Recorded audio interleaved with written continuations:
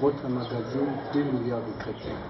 2 milliards de chrétiens, c'est le magazine, le vôtre, qui fait la promotion de notre Seigneur Jésus-Christ, qui est mort à la croix et ressuscité pour nous sauver. 2 milliards de chrétiens vous accompagnent, vous, hommes de Dieu, ministres de l'Éternel, Église chrétienne, ministère chrétien et les chrétiens tout en d'une manière générale, pour vous accompagner dans la mission, l'accomplissement de la mission que le Seigneur nous a laissée, celle de faire de toutes les nations ses disciples. 2 milliards de chrétiens aujourd'hui reçoivent un homme de Dieu, un ministre de l'Éternel. C'est avec lui que nous allons faire le tour d'une question très importante qui concerne notre vie. L'homme de Dieu, bonjour. Bonjour. Voulez-vous vous présenter aux nombreux téléspectateurs qui nous suivent à cet instant? D'accord, je commencerai par me présenter. Mon nom c'est le pasteur David Kungula, Quito. Je suis membre et pasteur à l'église Jésus revient. Nous faisons partie des communautés des Assemblées de Dieu. On appelle KDC. Où notre responsable pasteur, c'est le révérend Alexis Chimanga, dont je salue en passant. C'est le leader responsable d'une structure évangélique qu'on appelle l'armée de l'Éternel pour le réveil en maçon. Nous évoluons plus dans les milieux scolaires ainsi que les milieux universitaires, dont notre seul objectif, c'est de gagner ces âmes au Seigneur et montrer à ces écoliers et étudiants qu'en dehors de leurs études, ils sont comme des missionnaires à l'aide des milieux scolaires. Donc voilà ce que je pouvais vous dire concernant. Très chers téléspectateurs, nous recevons l'homme de Dieu, le pasteur David Kungula. C'est avec lui que nous allons parler sur le thème le culte. Le culte. Oui, aujourd'hui, on ne va pas se rencontrer, même demain, on ne peut pas se rencontrer parce que les avant me disent je dois me rendre au culte. Nous avons culte des femmes le mardi, les samedis, nous avons culte des jeunes, et tous les jours, nous avons culte matinal, du lundi au samedi. Donc aujourd'hui, nous allons nous intéresser sur le thème, on va parler bien sûr sur le thème, le culte. L'homme de Dieu, alors qu'il y a tant d'autres thèmes qu'on pouvait développer, mais vous vous êtes décidé de mettre sur la place publique le thème, le culte. Pourquoi le choix de ce thème? Bon, généralement, le choix de ce thème, on est motivé d'abord pour connaître que Dieu a créé l'homme pour avoir une relation avec lui. Dieu nous a créés pour partager une intimité avec lui. Mais malheureusement, cette intimité a été perdue plus vite dès l'instant où Adam et Ève ont péché. Maintenant, Dieu devait trouver un moyen, un cadre, pour que l'homme revienne encore dans sa présence. Maintenant, la grande motivation qui me pousse à parler de ces grands sujets, c'est le danger qui guette le peuple de Dieu, de penser offrir un culte à Dieu, et pourtant Dieu lui-même ne va pas s'identifier à ce culte. Par exemple, lorsque nous prenons Exode chapitre 32 au verset 1 à 10, nous voyons les enfants d'Israël qui sont sortis de l'Égypte et que Moïse était monté à la montagne pour aller chercher la voix de Dieu ou encore la suite de la marche. Malheureusement, le peuple, dès qu'il a constaté que Moïse a traîné au niveau de la montagne, ils ont demandé à Aaron de leur fabriquer un veau et ils vont rendre un culte à ces veaux-là. Vous allez constater que dans ces passages, tout ce qui peut faire la forme d'un culte était présent. Il y avait des chants, il y avait de la louange, il y avait de la musique. Malheureusement, Dieu ne s'identifiait pas à ce culte-là. Et la seconde raison, c'est dans Jean chapitre 4, verset 22, lorsque Jésus dit à la femme samaritaine, « Vous ne savez pas ce que vous adorez. » Il est possible que le peuple de Dieu se mette à adorer quelqu'un qui ne connaisse pas très bien. Donc voilà au moins les deux grandes raisons qui peuvent nous amener à partager ces grands thèmes qu'on appelle le culte. D'où vient le nom culte et qu'est-ce qui signifie exactement le nom culte? Bon, je disais déjà dès le départ que le culte a commencé déjà au ciel. Parce que nous n'oublions pas que Dieu il avait créé un ange qui s'appelait Lucifer, c'est celui qui a mené tout le ciel dans la louange pour bénir le Seigneur. Jusqu'à ce qu'un jour, Lucifer va décider de se rebeller contre Dieu. Il va entraîner les un tiers des anges dans sa rébellion, où Dieu va ordonner à l'archange Michael de le faire partir du ciel. Et c'est à ce moment-là que Dieu va décider de créer l'homme qui sera créé à son image et à sa ressemblance, cet homme qui va partager la même amour, même volonté pour bénir Dieu. Et ce culte sera transféré au niveau du jardin d'Éden. C'est le seul cadre qui était comme le lieu de rencontre. Parce qu'à ce moment-là, comme l'homme était encore saint, il n'y avait pas des exigences pour s'approcher de la présence du Seigneur. Donc le culte a trouvé son origine dès l'instant où l'homme a péché. Il fallait maintenant que Dieu trouve le moyen pour que l'homme revienne dans sa présence. C'est là où ce culte a pris vraiment son origine. Mais l'homme de Dieu, il y a une problématique que j'aimerais vous soumettre. Je pense que nous allons avoir une réponse par rapport à ça. Alors que nous allions au culte, par exemple les jours de la semaine, même les dimanches, mais il y a un monsieur aussi qui se dit aussi, c'est rendre aussi au culte. Alors le monsieur s'est rendu à son culte. Alors on s'est demandé que réellement si le monsieur est allé vraiment au culte dont vous êtes en train de parler. Alors quand on a essayé un peu de suivre le monsieur de près, nous l'avons suivi de près, on a constaté que le monsieur s'est rendu dans un lieu secret, que les Quinois disent dans leur jargon le Linganda. Linganda, c'est un lieu où on prend du chanvre, on s'enivre les ododos, tout ça ainsi de suite. Mais c'est là-bas où la personne a dit qu'il se rend au culte. Ils ont leur pasteur, ils ont leur prêtre, finalement on n'arrive pas à comprendre. En dehors des cultes que nous rendons à Dieu, nous allons dire, il y a encore d'autres cultes qu'on peut connaître. Oh, merci beaucoup pour cette une bonne question. Je voulais dire ceci à nos bien-aimés qui nous suivent au travers de cette grande émission. Généralement, les mots qu'on appelle culte, ce n'est pas approprié pour expliquer le vrai sens de ce que nous disons. Parce que quand quelqu'un dit « je me rends au culte complet » dans les cas de stress, mais le culte, d'abord pour mieux comprendre, c'est de savoir que le culte, c'est un moment de rencontre avec Dieu. Donc, en réalité, on devait dire « je pars à la rencontre de Dieu ». Parce que l'objectif d'un culte, ce n'est pas d'aller tout simplement assister à un programme de l'église, ce n'est pas tout simplement d'aller s'asseoir au sein d'une église, mais l'objectif poursuivi par un culte, c'est la rencontre avec Dieu. Comme je l'ai dit, si Dieu avait voulu que le culte soit placé déjà de l'Ancien Testament, il a voulu qu'il puisse créer un cadre qu'on appelait les tabernacles, qu'on appelait le lieu de la rencontre. Donc pour essayer un peu d'éviter cette grande confusion où le mot culte est employé inutilement dans beaucoup de sens qui n'est pas assez correct, il serait souhaitable de dire quoi? Je pars à la rencontre de Dieu. Donc voilà ce que je pouvais un peu dire concernant le culte. Et par là, je voulais même aussi en profiter pour définir que le culte, c'est une démarche qui nous permet de rencontrer Dieu. Ou encore, le culte, c'est l'ensemble des moyens protocolaires pour être admis dans la présence du grand roi. Mais le monsieur là en question, lui aussi, il est allé au culte. Il a dit qu'il se rend au culte alors qu'on les retrouve dans le Ngane, où on s'enivre, où on prend les ododos, on prend du chanvre, et c'est leur culte. Je ne sais pas s'il y a d'autres types de cultes qu'on peut connaître en dehors des cultes que nous pratiquons. Bon, à ce que moi je sache, nous savons qu'il peut y avoir 3 cultes. S'il faut parler avec des grandes religions que nous connaissons, il y a ce qu'on appelle le culte des chrétiens, il y a ce qu'on appelle le culte des musulmans, donc c'est ce qu'on appelle le culte païen. S'il faut parler, catégoriser à ces grands cultes, on va poursuivre les cultes juifs, ça peut aussi exister. Donc moi je crois qu'avec ce que le monsieur Dengan a fait parler, nous pouvons les catégoriser dans ce qu'on appelle le culte païen. Parce qu'en réalité, ça n'a rien à voir avec une relation avec Dieu. Donc voilà comment on pouvait catégoriser les genres de ce type de culte aussi.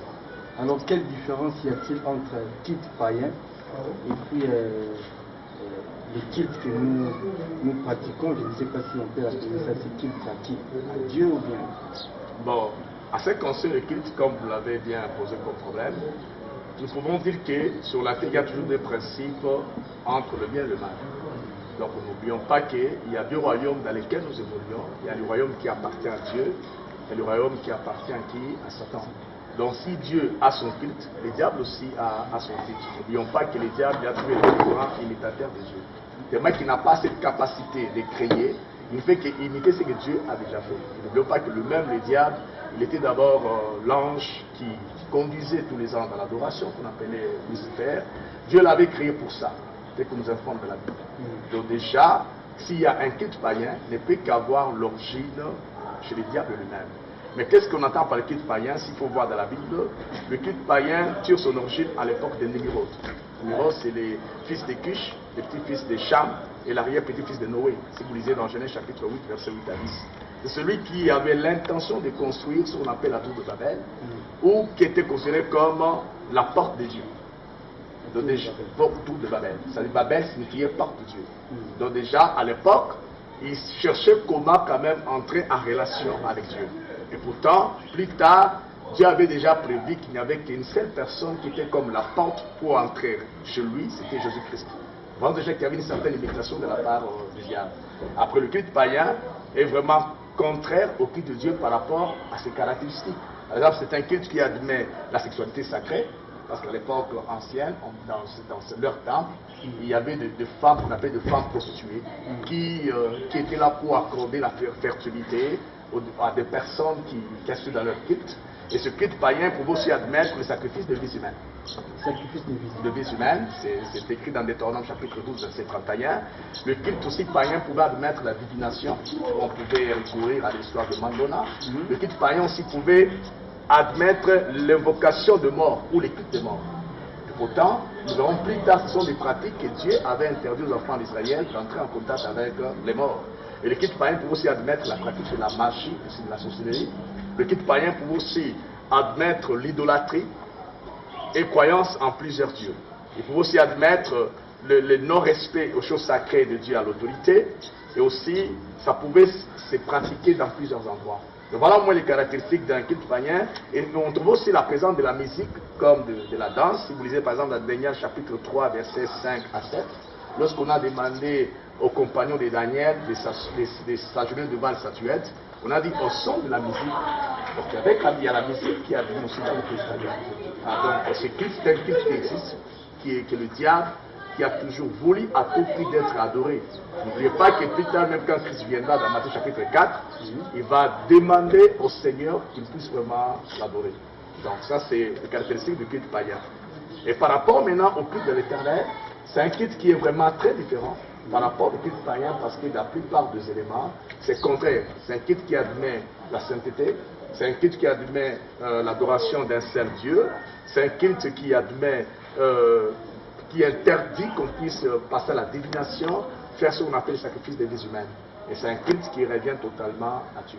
Il faut parler par rapport à ce culte de l'Éternel, même si dans ce culte-là, il y a aussi le culte juif, comme je l'avais dit tout au début, le culte chrétien, et de fois aussi le musulman, aussi on leur culte. Parce que n'oublions pas que sur cette terre, on a trois grandes religions monothéistes qui... Mais voilà, j'y vais aussi arriver.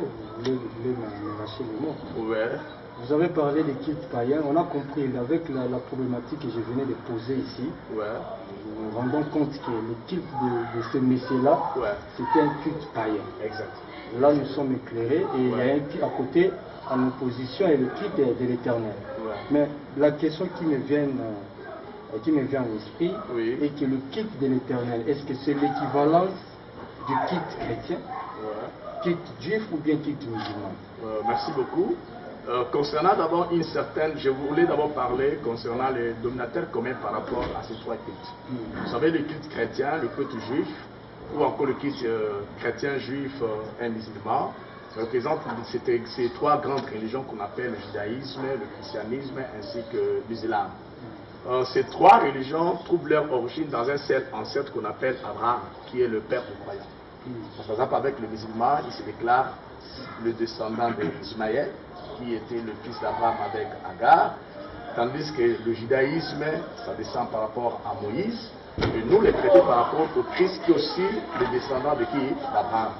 Donc ça, c'est le dominateur commun. Mais malgré ce dominateur commun, ça c'est par rapport peut-être à la forme, lorsque nous allons dans le fond, plutôt dans le fond, il y a une très grande différence. Parce que ce qui est le danger de beaucoup de choses, on a tendance plus à se limiter par rapport à la forme sans entrer quoi? Dans le fond. Parce qu'il faut maintenant commencer par exemple avec le musulman. Le musulman ne considère pas Christ comme le Fils de Dieu. Et pourtant, notre culte, s'il faut voir le message central de la Bible, ça ne parle de Christ. Dans le culte chrétien, tourne autour de la personne de Christ. Ça, c'est le culte chrétien. Donc, tourne autour de la personne de Christ, parce que c'est Christ qui est notre sauveur, c'est Christ qui a été la solution au problème du péché. Par contre, avec le musulman, il considère Christ comme un simple prophète. Et même de la manière dont ils parlent, ils vous diront par exemple que Christ n'est jamais été mort totalement, il s'était peut-être évanoué, ils n'ont jamais cru en beaucoup de choses. Donc déjà avec ça, ils ne peuvent jamais adorer Christ de la même manière que nous le faisons. Par contre avec les Juifs, même s'ils sont des descendants d'Abraham, malheureusement il y a aussi un grand nombre de Juifs qui continuent encore à attendre le Messie. Mais ils n'ont jamais cru que Christ est le Messie qui devait venir, mais d'être un groupe minoritaire, bien sûr par la grâce de Dieu et par l'Esprit du Seigneur, que Dieu a révélé pour qu'ils comprennent que le Messie c'est le Christ qui a été crucifié il y a 3000 ans passés. Mais avec le Juif, par contre, ils continuent encore à entendre un autre Messie qui arrive. Ils sont plus dans des rites par rapport aux sacrifices tels que Dieu l'avait donné à Moïse. Et pourtant, tous ces sacrifices n'étaient que l'homme des choses à venir qui parlait que de la personne de Christ. Et tous ces sacrifices et ces rites ont trouvé leur accomplissement dans la personne de Christ. Donc par là, nous pouvons déjà dire que le culte juif et le culte musulman n'est pas le culte dont nous parlons ici présentement, qu'on appelle le culte de l'éternel, le culte chrétien. Donc ce n'est pas la même chose. Nous avons compris l'homme de Dieu, mais il y a encore un problème que nous devons connaître ici. Nous parlons de culte. Est-ce qu'il y a-t-il une différence entre prière et culte? S'il y a une différence entre prière et culte. D'abord, je voulais faire un pas en arrière aussi, parce que lorsque nous parlons par exemple de culte de l'éternel et de culte chrétien, il y a plusieurs types aussi de culte. Je voulais plus me résumer qu'il y a ce qu'on appelle le culte personnel et le culte communautaire. Dans le culte de l'éternel. De l'éternel. Donc il y a un culte personnel et ce qu'on appelle le culte quoi? Communautaire. Parce que si nous voyons plus l'histoire de la Bible, parce que vous devez savoir que la Bible, Dieu donne ce qu'on appelle une révélation progressive. Abraham, on peut parler qu'il pratique ce qu'on appelle un culte personnel, un culte individuel. Les cas peut-être d'Abel, les cas aussi de tous ces héros de la foi. Mais c'est au moment où il y a une nation qui existe qu'on appelle Israël, que Dieu maintenant va instaurer un culte quoi? Communautaire. Donc le culte qui s'est passé autour du tabernacle. Un cadre que Dieu avait créé pour permettre à ce que les enfants d'Israël sachent comment on s'approche de Dieu dans sa présence. Comme j'avais dit que Dieu, c'est vrai, il veut que les hommes viennent dans sa présence, mais pas de n'importe quelle manière. Et vous concentrerez même dans Exode chapitre 19, avant qu'on arrive en Exode 20, pour que Dieu donne les 10 commandements aux enfants d'Israël. Dieu dit à Moïse, sanctifie le peuple avant qu'il vienne dans ma présence. Donc, pour répondre à ta question, la prière n'est qu'un élément du culte. Un élément du culte. Parce que le culte va au-delà même d'une simple prière. Parce que dans un culte, il y a la prière, il y a aussi d'autres éléments qu'on aura à parler dans la suite de notre programme. Donc la prière n'est qu'un élément du culte. Donc on ne peut pas dire que le culte est égal à la prière. Donc le culte est là, et parmi les éléments qui entrent en compte dans un culte, il y a aussi la prière. Il y a aussi la prière, bien sûr. Il y a aussi la prière. Très chers téléspectateurs, pour vous qui venez nous prendre en cours, retenez que nous sommes sur Soli TV et nous recevons pour vous l'homme de Dieu, le pasteur David Kingula. Votre mission, votre magazine, c'est des médias des chrétiens. Avec l'homme de Dieu, nous parlons sur le thème du culte. Nous venons de connaître la différence entre le culte païen et le culte de l'éternel. Le culte qui nous intéresse beaucoup plus ici, c'est le culte de l'éternel, allusion au culte chrétien qui fera gloire à notre Seigneur Jésus-Christ. Très chers téléspectateurs, nous allons toujours évoluer avec notre pasteur, notre homme de Dieu. L'homme de Dieu, nous avons encore un problème à résoudre. Parce que là, nous parlons du culte de l'éternel. Vous avez dit qu'il y a le culte individuel et puis il y a le culte communautaire. Mais parlons maintenant du culte individuel d'abord. Nous sommes là dans la généralité. S'il faut aller même dans la généralité, c'est important. Le culte, nous voulons rendre un culte agréable à Dieu. Quelles sont les conditions que nous pouvons réunir? Les conditions nécessaires et suffisantes pour que notre culte soit agréable à Dieu. Est-ce qu'il faut choisir un lieu précis pour rendre ce culte à Dieu? Est-ce qu'il faut un temps favorable? Est-ce qu'il faut une position particulière? Ou encore il faut observer une période de jeûne? Quelles conditions que nous pouvons réunir pour que notre culte soit agréable. Bon, d'accord. Concernant d'abord le culte personnel, comme vous venez d'évoquer ce cas, je voulais d'abord revenir à un élément de base. Vous savez, la Bible, telle que nous sommes en train de lire ces livres sacrés pour nous les chrétiens, il faut toujours chercher à comprendre la pensée de Dieu. Comme je le disais, que Dieu, il a donné un matériel didactique, qu'on appelle le tabernacle, qui peut nous aider à comprendre quelles sont les conditions à remplir pour passer notre culte, ou pour que le culte soit accepté par le Seigneur. Et lorsque nous lisons la Bible, vous allez comprendre que le tabernacle prend presque une grande partie de l'Ancien Testament. Si vous prenez déjà l'Exode chapitre 25 jusqu'à la fin, voire même aussi Lévitique, ne parle que des éléments qui ont un rapport avec le culte. Déjà, le culte dans le tabernacle devait commencer devant l'autel des holocaustes. Parce que quand le peuple devait entrer dans le tabernacle, il devait passer par là. Et nous savons toujours que l'Ancien Testament, c'est l'homme des choses à venir. Pourquoi? Parce que l'autel de l'Holocauste ne fait qu'allusion de l'œuvre de la croix de Christ. Moi, je ne cesse de dire que, comme Christ, il est le message central de la Bible, tout tourne autour de la personne de Christ. Ça fait qu'un culte que Dieu peut vraiment agréer, c'est un culte parmi les conditions, il faut d'abord toujours passer par la croix. Tu m'as dit reconnaître, parce que lorsque nous parlons de la croix, c'est un symbole qui montre que tout homme est perdu, que tout homme est pécheur.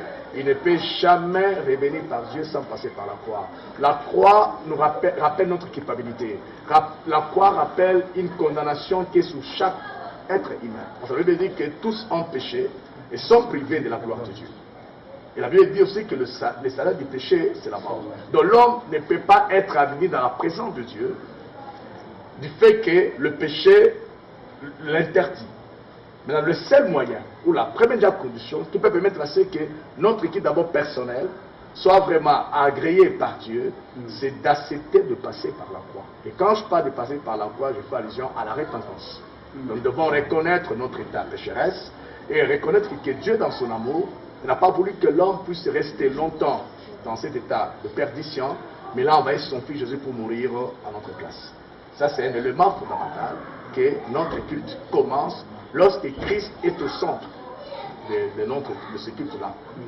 Et ensuite, non seulement que Jésus-Christ est au centre, mais aussi l'homme doit reconnaître qu'il ne peut pas revenir dans la présence de Dieu par ses propres moyens.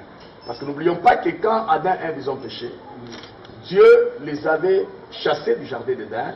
Il a placé les archanges, les chérubins plutôt, avec des épées de chérubins, pour empêcher à ce que l'homme ne revienne pas dans sa présence. Donc Dieu était très conscient que, vu l'état de l'homme, il ne peut plus revenir dans la présence de peur qu'il puisse trouver la mort. Mais il a fallu que Dieu puisse aménager. Voilà même l'importance dans le tabernacle. Il fallait tuer un animal qui était le symbole, c'est-à-dire où l'homme pouvait attribuer son péché à l'animal, lui qui devait mourir. Maintenant, c'est l'animal qui arrive à mourir quoi? À sa place. Maintenant, quand Dieu pouvait voir ce sang qui coulait, ça donnait facilement l'homme cette autorisation d'approcher la présence de Dieu. Donc, parmi les conditions, comme je disais, il faut que nous puissions reconnaître que notre culte passe autour de la personne de Christ. Ensuite, l'homme doit passer par la croix, de reconnaître son état de péché. Aussi, nous avons toujours besoin, avec l'aide du Saint-Esprit, pour que Dieu puisse vraiment, que le culte se passe selon les modèles de Dieu. Et aussi, nous avons besoin de la parole de Dieu, de la pensée du Seigneur. Parce que nous devons prier Dieu, on doit le prier par rapport à sa pensée. Et le jeûne n'a jamais été autorisé, c'est-à-dire c'est autorisé, c'est-à-dire un enfant peut jeûner, mais le jeûne n'est pas un moyen par lequel qui permet que Dieu nous a mis dans je sens que pour vraiment atteindre Dieu, je dois faire 4 jours de jeûne. Comme ça, là, je sens ça. Je dois faire même une semaine de jeûne pour que Dieu puisse m'accepter dans sa présence. Bon, à ce que je sache, si nous lisons les Écritures, le seul moyen par lequel Dieu nous accepte, c'est lorsque nous passons par son Fils Jésus-Christ. C'est le seul moyen par excellence. Parce que les musulmans aussi, ils jeûnent. Les Juifs aussi continuent à jeûner jusqu'à aujourd'hui. Donc moi, quand je lis dans la Bible, le seul moyen qui nous permet de nous approcher de Dieu, c'est accepter Christ comme Seigneur Sauveur. Moi-même, le culte que Dieu agrée, c'est le culte que nous faisons dans la personne de qui, dans la communion avec Christ. Donc le jeûne n'a jamais été un élément qui rassure que notre culte peut être accepté ou agréé. Une position particulière, il faut s'agenouiller, dormir par terre pour montrer comment est-ce que je suis vraiment humilié, l'humiliation auprès de notre Seigneur. Est-ce qu'il faut faire quoi encore? Bon, par rapport à la position, si vous lisez la Bible, la position a évolué avec le temps. Par exemple, si nous prenons le cas d'Abel et Abraham, la Bible nous montre qu'ils étaient debout lorsqu'ils étaient dans la présence du Seigneur. Ils pouvaient rester debout quand ils offraient leur sacrifice. Avec le temps, si nous prenons par exemple le cas d'Aaron, Moïse et Josué, ils s'allongeaient face contre terre. Et plus tard, il y a aussi les parents de Samson qui pouvaient s'allonger face contre terre. Si vous le lisez dans Exode 34:8 ou encore dans Josué 5:14. Plus tard, c'est le roi Salomon qui a commencé à se mettre à genoux. Donc la position dans un culte, ça dépend de la condition que l'Esprit peut vous donner. Ben, généralement, nous ne devons pas toujours beaucoup traîner par rapport à la forme. Parce que quelqu'un peut se mettre à genoux, mais sans toutefois que son esprit et son cœur soient réellement en contact aussi avec Dieu. Même si il faut une certaine position lorsqu'on est dans la présence de Dieu. Donc généralement, concernant la position, on peut être debout, on peut être assis, on peut être à genoux, mais ce qui compte le plus, que réellement nous sommes dans la présence du Seigneur et que nous sommes conscients de sa présence et surtout que nous le vénérons par rapport à l'obéissance de sa parole. Et aussi nous savons qu'en venant dans sa présence, l'objectif poursuivi c'est de la rencontrer. Donc les positions, tout ça est lié, l'observation des périodes des jeunes, ce n'est pas vraiment. Ce qui est important, c'est la disposition du cœur. Oui, c'est la disposition du cœur qui prime plus. Parce que quand même, la position aussi peut compter. Quand même, tu ne peux pas adorer Dieu en prenant une position qui n'honore pas. C'est vrai que Dieu, on doit le respecter. Mais moi, je ne dirais pas plus que nous mettons plus l'accent sur la position autre. Et d'abord, c'est notre relation plus avec le Seigneur. Parce que même dans l'église, il y a aussi des sorciers qui se mettent à genoux. Pas tout celui qui vient à l'église n'est pas nécessairement enfant de Dieu. Il y a aussi des prostituées qui viennent à l'église. Le fait qu'ils se mettent à genoux, même les démons peuvent aussi se prosterner. Ils craignent le Seigneur. Nous avons vu quand Christ chassait les démons, il y a les démoniaques qui craignaient le Seigneur. Donc ce qui est plus important, c'est notre disposition, les degrés de la relation que nous avons avec le Seigneur. Et quant au lieu aussi, vous devez savoir que dans l'Ancien Testament, le culte, Dieu avait fixé un lieu pour le distinguer avec le païen. Comme je vous ai dit que le culte païen pouvait se réunir partout. Partout. Ça pouvait se passer sur le haut lieu, dans les montagnes. Maintenant, Dieu, pour créer cette différence, il avait quand même choisi un cadre où tous les enfants d'Israël pouvaient venir rendre leur culte, c'était à Jérusalem. Mais avec le temps, Christ a changé des choses. Il pouvait dire à la femme samaritaine, le culte devient plus spirituel. Donc ça se fait plus en esprit. Donc on n'a plus un endroit approprié où nous pouvons passer notre culte. Donc le culte peut se passer dans votre chambre, le culte peut se passer dans votre véhicule, quand vous conduisez votre volant, vous sentez la présence du Seigneur, vous pouvez l'adorer. Le culte peut se passer n'importe où. L'homme peut être là, il peut invoquer Dieu, et Dieu va aussi vraiment l'écouter. Très bien, donc nous sommes à l'église. Ouais. Nous avons pratiqué le culte communautaire. Exact. Nous sommes à l'église. La question que nous pouvons un peu se poser, dans l'église du Christ, Ouais. dans nos églises, qui peut conduire un culte? Est-ce un pasteur, un évangéliste, un chanteur de l'Éternel, un prophète ou encore un fidèle inspiré peut conduire donc un culte dans une église? Bon, par rapport à cette question, je vais d'abord plus conseiller à nos amis qui nous écoutent. Il serait mieux approprié de parler plus du conducteur de culte qui est le modérateur. Il y a l'orateur, on écrit orateur, pasteur David Kourou, modérateur, frère Magloire. Bon, peut-être les gens le disent parce que plusieurs ne connaissent pas qu'est-ce qu'on entend par conduire par exemple un culte lorsqu'on est à l'église. Qu'est-ce que veut dire conduire un culte? Conduire un culte signifie quoi? Conduire un culte signifie à peu près 5 ou 6 choses. Donc conduire le culte signifie d'abord amener les gens d'un point quelque part pour les amener à la rencontre de Dieu. Je reviens toujours au tabernacle. Parce que quand vous prenez le tabernacle, était constitué presque de 3 grandes parties. Il y avait le parvis, il y avait le lieu saint, il y avait le lieu très saint. Et pourtant, Dieu, sa présence était plus dans le lieu très saint. C'est là où Dieu parlait à Moïse. C'est là où Dieu parlait même à Aaron et Moïse lorsqu'ils étaient dans sa présence. C'est là où Dieu donnait sa pensée. Maintenant, quand quelqu'un, par exemple, il vient au tabernacle, il ne pouvait pas se limiter qu'au niveau de quoi? Du parvis. Donc moi, je peux toujours dire que le culte, c'est tout un voyage. Et vous amenez quelqu'un à rencontrer Dieu. Parce que dans le culte, tout notre être humain est en train de faire quoi? De participer. Il y a le corps, il y a l'âme et l'esprit. Et pourtant, le culte se passe dans notre esprit. Il faudrait que notre corps et notre âme puissent aussi s'impliquer dans ce culte-là. Sinon, je pouvais déjà parler que ce n'est pas du tout vraiment facile. Donc le culte, s'il faut le dire, c'est aider une personne, dès qu'il est dans la présence du Seigneur, de surmonter tout ce qu'il a comme problème qu'il a au moment où il est venu à l'église. C'est de surmonter tout ce qu'il a comme émotion au niveau de son âme. Ça peut être la tristesse, ça peut être l'angoisse, ça peut être un échec, ça peut être une certaine culpabilité, mais à passer tranquillement son culte dans son esprit. Alors, qui peut conduire maintenant? C'est qui? Maintenant, la personne qui peut conduire ce culte, il y a des personnes appropriées qui peuvent le faire. Et cela dépend d'abord du type de quoi? Du culte. Mais généralement, s'il faut parler par exemple du culte du dimanche qu'on appelle le culte de célébration, il est toujours souhaitable que le culte soit dirigé par quelqu'un qui a des notions de la musique. Je dis La musique préférable. en compte, hein? Mais parce que la musique va entrer en compte. Dans un culte, il y a la musique, il y a les moments de prière, il y a les moments des offrandes, il y a le moment où on doit écouter la parole de Dieu, il y a un moment où on peut donner une prophétie, il y a un moment où on peut prier pour le malade, il y a aussi un moment où on peut lancer l'appel à des personnes qui ne connaissent pas le Seigneur, puissent se réconcilier avec le Seigneur. Au moment aussi où on peut faire tomber les gens. Oui, faire tomber les gens, bien sûr, mais j'ai toujours dit qu'à mon humble avis que nous ne devons pas nous limiter qu'à ce niveau-là de faire tomber les gens, parce que dans la Bible, on a vu des personnes qui sont tombées et qui se sont relevées et sont restées les mêmes personnes. C'est par exemple le cas de personnes qui sont allées arrêter Christ. On dit la Bible, quand Christ les a posé la question de savoir qui cherchez-vous, il a dit c'est moi. Ces gens-là étaient tombés, ils se sont relevés, mais ils n'ont pas renoncé à arrêter Christ. Ils l'ont quand même arrêté.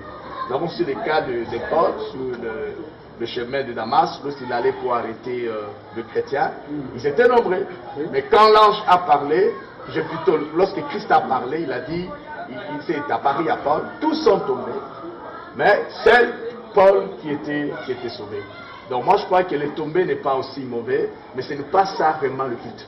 Parce que les gens peuvent tomber pour plusieurs raisons, et ce n'est pas vraiment surtout ça. Donc pour répondre à notre question, c'est-à-dire le culte peut être conduit par un chantre qui peut diriger ce culte, parce que le chant joue un rôle important dans un culte. La Bible dit quoi? Dieu siège au milieu de louanges et d'adoration de son peuple. Donc le chant, comme la louange, est en train de préparer le siège de Dieu, pour que Dieu arrive à faire quoi? À descendre. Maintenant, quand le culte, par exemple, est dirigé par quelqu'un qui n'a pas de notion de la musique, de temps en temps, il commencera à entonner des cantiques avec beaucoup de faiblesse, ça déconcentre certaines personnes. Donc un chantre peut conduire un culte, mais pas n'importe quel chantre, mais un chantre adorateur.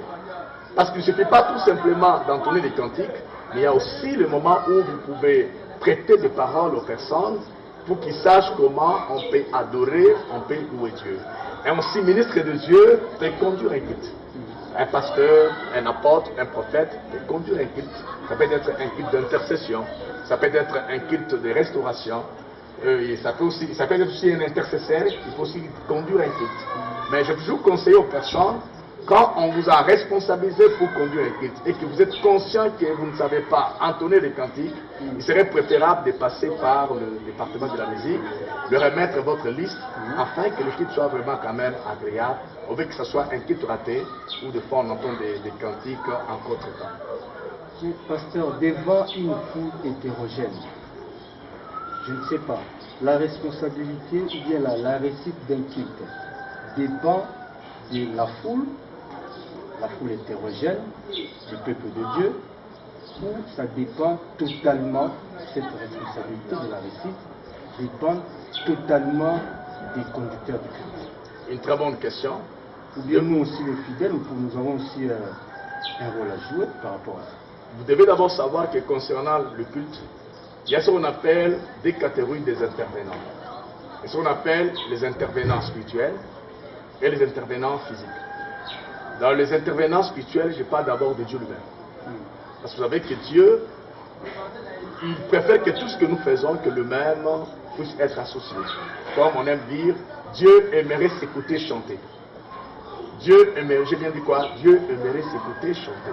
C'est-à-dire, un culte, pour que ça puisse réussir, c'est lorsque le même Dieu d'abord il est là. Parce que le culte n'est pas le culte des hommes, nous nous réunissons pour rencontrer Dieu.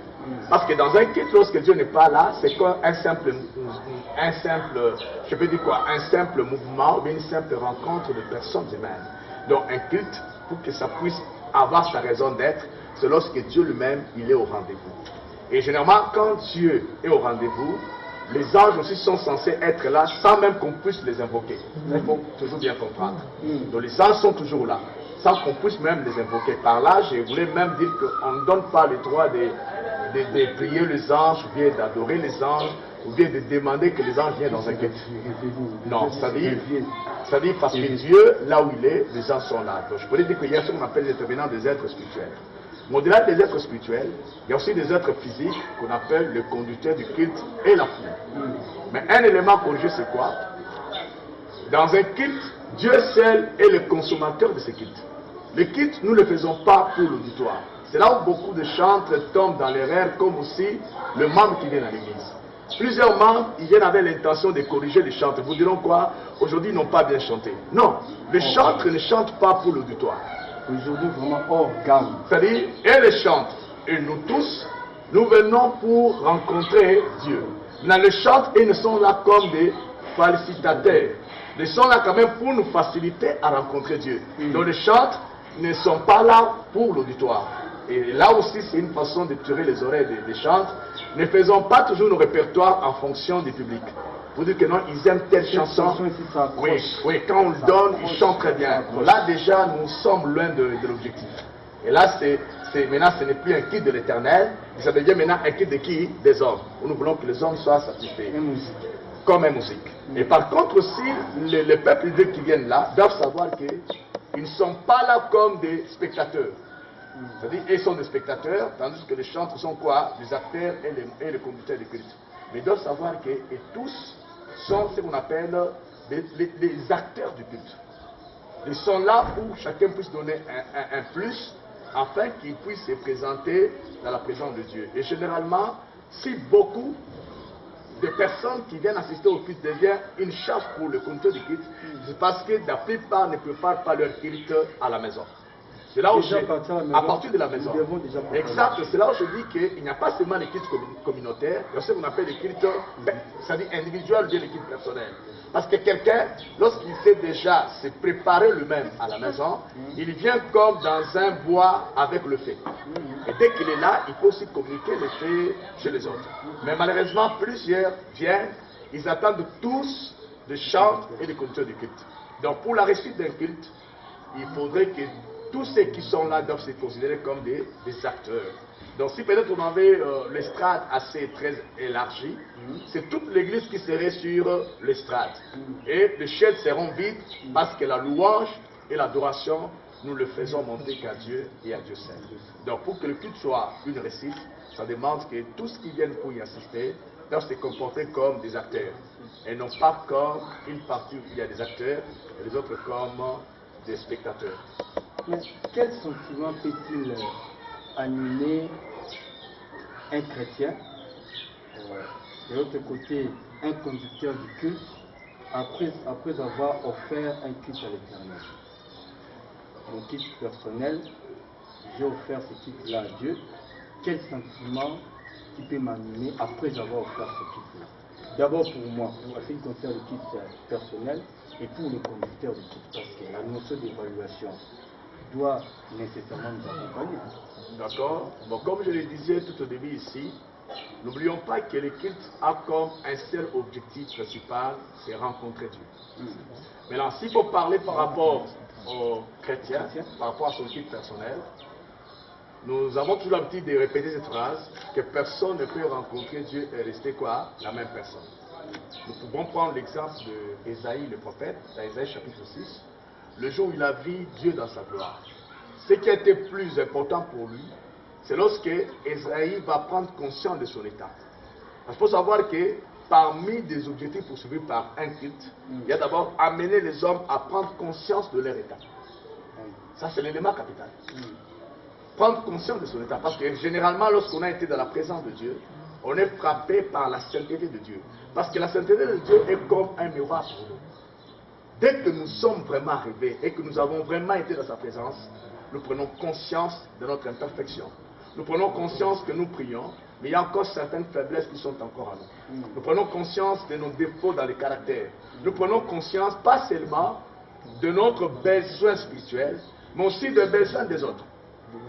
Pourquoi? Parce qu'en réalité, quand quelqu'un a été dans la présence de Dieu, il prend aussi conscience des besoins de Dieu. Parce qu'il n'y a pas seulement des besoins de l'homme. Le besoin de Dieu, entre autres, Dieu est à la recherche des âmes perdues. Vous verrez par exemple avec Isaïe chapitre 6, lorsqu'il a été dans la présence de Dieu, il a pris conscience qu'il était un homme aux lèvres impures. Mais aussi, il a entendu la voix de Dieu qui disait, qui enverrai-je? Qui marchera pour nous? Donc, dans les cultes personnels, généralement, lorsqu'on a été dans la présence de Dieu, nous prenons conscience de notre état d'abord, nous prenons conscience de notre culpabilité, nous prenons conscience de certains péchés chéris qui sont liés à notre vie, et là, nous demandons le secours de Dieu. C'est comme Isaïe pouvait dire, malheur à moi, qui me délivrera? Il avait pris conscience qu'il était un homme aux lèvres impures. Il pouvait demander le secours de Dieu. Donc, lorsqu'il arrive dans la présence du culte de Dieu, il prend conscience de son état et ensuite il demande le secours de Dieu pour le libérer par rapport à ses faiblesses spirituelles. Pas seulement qu'il ne se limite pas là-bas, mais aussi il trouve le réconfort de Dieu. Dieu le fortifie, Dieu l'équipe et il pourra maintenant être un canal par lequel Dieu pourra aussi aller récupérer notre personne. Ça c'est par rapport au culte personnel. Il peut sortir avec un sentiment de paix. Il peut sortir avec un sentiment de paix, mais il va aussi sortir avec un fardeau. Parce que Dieu lui transmet son fardeau. C'est comme par exemple dans Jean chapitre 4, lorsque vous lisez l'histoire de Jésus avec la femme samaritaine, cette femme, plus elle demeurait longtemps dans la présence du Seigneur, et Dieu a révélé son état d'âme. Elle avait compris que c'était une femme qui était prostituée. Parce que l'homme avec qui il vivait n'était pas son mari. Cette femme a compris qu'elle était une femme religieuse, elle n'avait pas une relation réelle avec le Seigneur. Mais elle ne s'est pas limitée là-bas. À un moment, elle va déposer sa criche pour aller évangéliser les Samaritains. C'est pour dire quoi? Non seulement qu'on trouve la paix de Dieu, on trouve le soulagement. Pas seulement on se consacre de nouveau. C'est-à-dire, on dit, Seigneur, je m'offre maintenant à toi comme un sacrifice, comme un canal par lequel tu dois passer. Mais par contre aussi, c'est aussi un moyen par lequel on sort avec un nouveau fardeau d'aller sauver les âmes. Et pour le conducteur du culte? Et pour le conducteur du culte, comme je l'avais dit, il ne peut qu'avoir un sentiment de satisfaction dans la mesure où il connaissait l'objectif que Dieu s'est fixé par rapport au culte. Il faut savoir que dans chaque culte, Dieu a toujours un objectif qui s'est déjà fixé. Il y a un objectif vraiment fixé pour chaque culte. Maintenant, le modérateur, ou plutôt le conducteur, j'allais dire, déjà dans le lieu secret où il préparait son culte, il avait déjà une pensée de Dieu. En évaluant son culte, c'est de voir, est-ce que je suis resté fidèle? Est-ce que j'ai amené le peuple de Dieu à atteindre l'objectif dont Dieu s'est fixé? Et généralement, quand ils ont été en communion avec le prédicateur, vous vous rendrez compte que le prédicateur, lorsqu'il apporte le message, il ne fait que montrer au peuple du Seigneur le moyen qu'il faut faire pour arriver à l'objectif que Dieu s'est fixé dans ce culte. L'homme de Dieu, nous sommes arrivés pratiquement à la fin de ce magazine. Nous avons été très nombreux à faire des suivre, mais qu'est-ce que nous pouvons retenir de ce thème-ci du culte? Merci beaucoup. Nous pouvons retenir ceci concernant le culte. Le culte ne doit pas être considéré comme un simple programme. Vous verrez dans nos églises, on écrit programme du culte de la semaine. Mais le culte, c'est un moment fort de rencontre avec Dieu. Il faudrait que les gens sachent que quand je pars à l'église, je ne pars pas d'abord pour le chant, je ne pars pas d'abord pour le prédicateur, je ne pars pas d'abord pour la chorale, mais je pars pour rencontrer Dieu. Et lorsqu'on part pour rencontrer Dieu, il y a des préalables, des conditions déjà remplies. On ne fait pas déjà son culte à partir de la maison. Nous nous repentons déjà. Nous savons que Christ doit rester le mobile de notre culte, présent du Seigneur, bien sûr. Et quand vous partez avec un tel sentiment, vous ne sortirez pas tel que vous êtes béni. Et savoir que dans le culte, c'est le moyen où Dieu nous donne pour nous consacrer de nouveau. C'est là où Dieu nous console, c'est là où Dieu nous relève, et c'est là aussi Dieu nous équipe pour son service. Parce qu'un culte complet, c'est celui qui ne se limite pas seulement à nous-mêmes, c'est lorsque nous prenons conscience des besoins de Dieu. Il faut savoir que le besoin de Dieu, c'est de voir les âmes perdues revenir à lui. Voilà ce que nous avons dit concernant en résumé de culte, même si on n'a pas eu tout le temps de puiser notre sujet. Et c'est un enseignement que nous avons parlé en détail. Nous parlons sur la Bible, sur le culte. Donc il y a beaucoup de sujets. Il y a beaucoup de choses à dire, vous pouvez dire avec le temps. Avec le temps, nous aurons à entrer vraiment en profondeur parce qu'on va attendre aussi les questions des téléspectateurs qui vont venir. Nous allons toujours venir auprès de vous pour nous éclairer. Exact. Donc, on peut connaître l'adresse de l'église. Bon, l'adresse de l'église, comme je disais, je suis membre et pasteur de l'église de Dieu Revient, faisant partie des communautés des assemblées de Dieu. L'église de Dieu Revient, Temple de Gloire, se situe sur l'avenue Munganga, Mangongo plutôt numéro 1, quartier Kamunganga. Le Mangongo numéro 1, quartier Kamunganga. Référence, c'est Triangle de Kamunganga. C'est la référence. C'est au niveau commune d'Engalima, aux hommes. Donc sur la route principale de Mama Yemo, donc tronçon entre DGC et Pompage. Et le programme de l'église? Le programme de l'église, nous nous réunissons chaque mardi pour le culte d'enseignement de 17h juste jusqu'à 19h juste.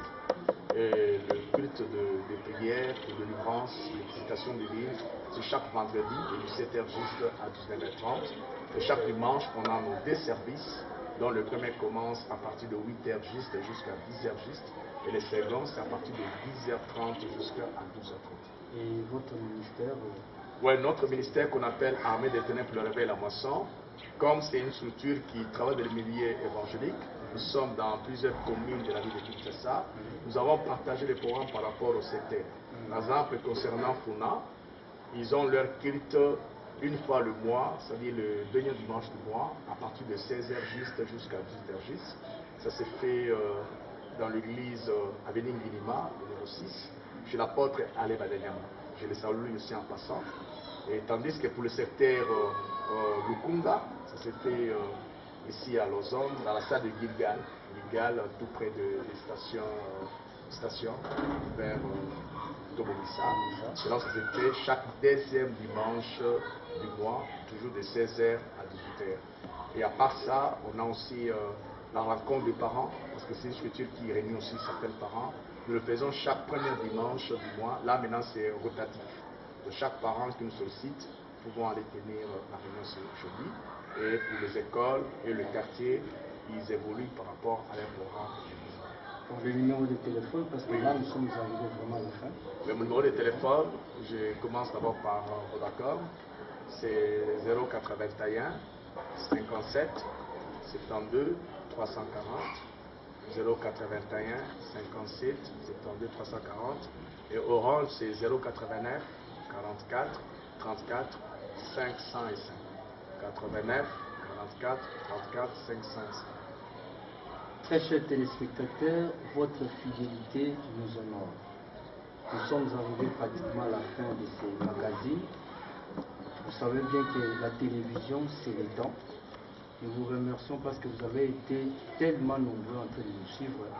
Nous osons croire qu'il y aura d'autres thèmes qui vont nécessairement vous attirer. Soyez toujours branchés et n'hésitez même pas sur notre chaîne Sony TV. Très chers téléspectateurs, nous sommes toujours avec vous. Nous avons été bénis par la présence d'une grande équipe technique. L'équipe technique qui est composée de l'ingénieur Magloire Manassé, qui était dans la prise de vie et montage. Et nous avons eu la présence aussi de Dani Uneto au niveau de la régie finale. Et un grand merci au cordon Bruno Kanza pour cette marque de confiance incommensurable. Et pour vous les téléspectateurs, vous avez retenu, nous avons parlé sur les cultes. Il y a beaucoup à dire, beaucoup à dire. On attend vos questions. Les numéros sont affichés au bas de vos écrans. Question de nous appeler. Homme de Dieu, bien vous public, appelez-nous. S'il y a des questions particulières, nous allons toujours parvenir auprès de notre pasteur, le pasteur David Koumou. Très chers téléspectateurs, on se retrouve donc prochainement avec le même plaisir. Ciao.